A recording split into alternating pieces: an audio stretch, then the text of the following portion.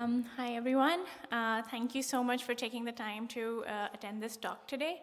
I'm going to be mostly talking about what are the things that can go wrong once you've deployed your machine learning model in production. And I would like to start by just introducing myself a little bit. So my name is Surabhi, and I am a senior machine learning engineer at Adobe. Most of my work is around building machine learning models which can improve document understanding and help our users to have a better experience. Lately, I've also been fiddling around with curating data sets and what are the best practices around that for our team. And prior to joining Adobe, I was at Columbia University and IIT Guwahati back in India for my education. And mostly, I work in the domains of computer vision and natural language processing, but I've also been exploring other domains a little bit, and I'll be happy to chat about that. So over the last couple of years, as I have transitioned over from academia to the industry, my perception about machine learning has changed significantly. So when I was at school, I used to focus a lot on data and building the right models that are better than the previous state of the art. And then when I transitioned over, I realized that there is a lot of work that needs to be done once you have those models ready, and you need to bring them from the research phase into the hands of your users. And that work mostly lies in the field of productionizing and deploying the model. And then once it's there, the post-deployment maintenance and monitoring. And so in this talk, we are mostly going to be focusing on the post-deployment maintenance and monitoring aspect of the things, and the things that can go wrong there. So a little bit of motivation into why it's important to talk about this. I'm so sorry. Yeah, so a little bit of motivation into why it's important to talk about this. So the Murphy's Law states that anything that can go wrong will go wrong, and this cannot be more true in the production environment. So once you've deployed your model, this is the first time that it is interacting with the customer data, and the customer data can be very different from any other data sets that you've been internally training or testing it with. So you can definitely expect to see some surprises there. The next thing which ML models are very infamous for is that they fail silently. So your performance could be degrading, but it won't really throw an error, and you won't really know anything is going wrong until it is significantly drifted away from what it was supposed to do. Apart from that, debugging is anyway something that's really hard in the production environment, and more so because you cannot really access the customer data as it is because of privacy and ethics concerns. And so when you know that something is going wrong, without having the data to reproduce that crash or bug, it's really hard to figure out what exactly caused it because you didn't really see it in your training or validation data sets. And so because of all these reasons, it's very important for us to be able to identify what are our different points of failures and how we can prevent those from happening. So we are going to talk about 3 different points of failures today. The first one is data and model. The second one is the pipeline, so that's the different components that you have end to end. And then finally, the users who are going to finally be using this model. So with that, let's begin with data and model. So the first thing that usually happens, and it usually happens when you deploy a model for the first time, is that there is a mismatch between your internal and production data sets. So what this means is that your internal data sets are not really representative of what you're going to see in your production environment. So if you're building an autonomous driving system, right? So if you train it with data from traffic that follows the lane systems or has a certain set of rules, and then you test it on data that does not follow the same rules and is very different from what you have trained it with, that's actually going to result in a disaster. Like, it's just not going to work. And so it's very important for us to be able to predict that and keep that in mind when we are doing this. So this is something that happens when you're doing it for the first time, like you haven't really deployed it yet, and you don't have any insights of what your production data looks like. But there's something that also happens once you have deployed your model and it has been in production for quite some time. So that is model drift. And model drift refers to the changes in the data or the relationships between your input and output variables that slowly cause your model performance to degrade over time. And model drift is of two types. So the first one is concept drift, and the other one is data drift. Concept drift refers to when your target label changes without changing in your data. So if you assume that you have a linear regression model, y equals mx plus c, and y is your target label, and x is your training data. So without any change in x, if your y starts changing, so that's concept drift. And that is something that we've seen happening a lot in the pandemic, that before the pandemic, during holidays, travel volume used to be really, really high. And after the pandemic, the holidays haven't changed. They stay the same. But the travel volume has significantly dropped.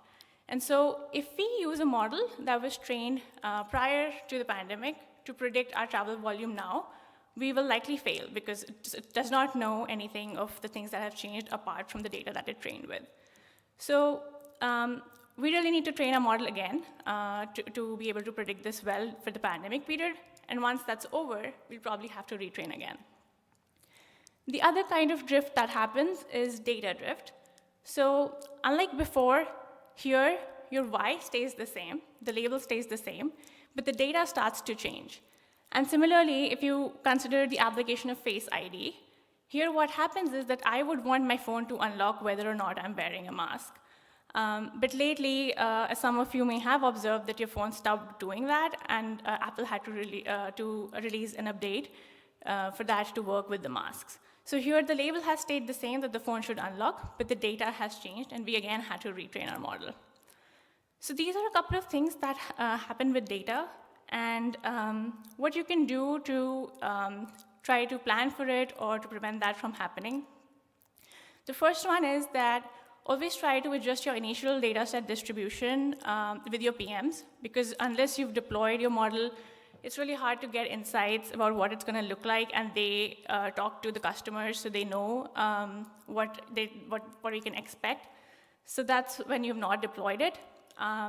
But once you've deployed the first model, you really need to have ML monitoring, and I think a lot of talks today are going to talk about that. We need to make sure that we have a way of monitoring certain aspects of our data, and that could be different features, it could be uncertainty scores of your model, it could also be things like embeddings that you can capture to see how your data is varying over time. And once you have that monitoring, we really need to identify if there have been any changes in the distribution of the data sets over time, or any of the drifts that we spoke about earlier are happening. And if you identify that that's happening, and you can use various statistical tools or divergence metrics to do that, once you've identified that, then the next step is to really adjust those distributions and retrain your model. Because if you will not do that, then over time, the performance is going to degrade, or things will just stop working. So that's kind of it on the data part.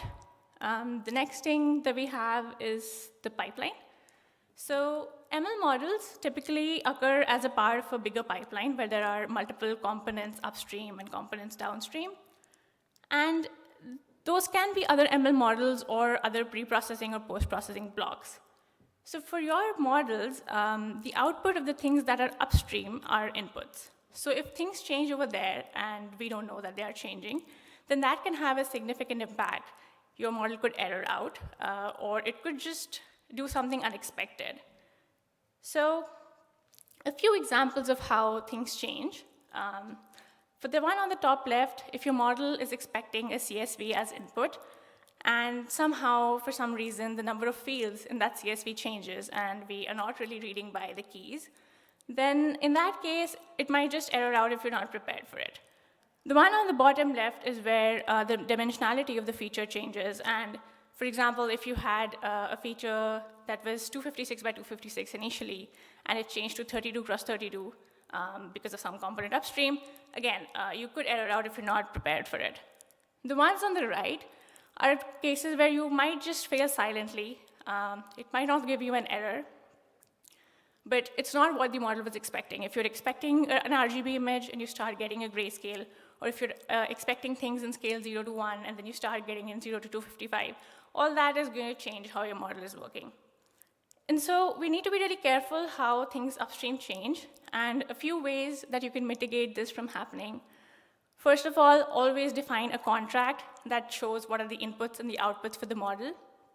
What this means is that whenever things change upstream, people know what your model is going to expect, and they need to stick to that so that nothing changes for your model in that way. And similarly, you need to do that for the components downstream, that you commit to having a particular set of outputs that don't change. The other thing that you could do is adopt versioning.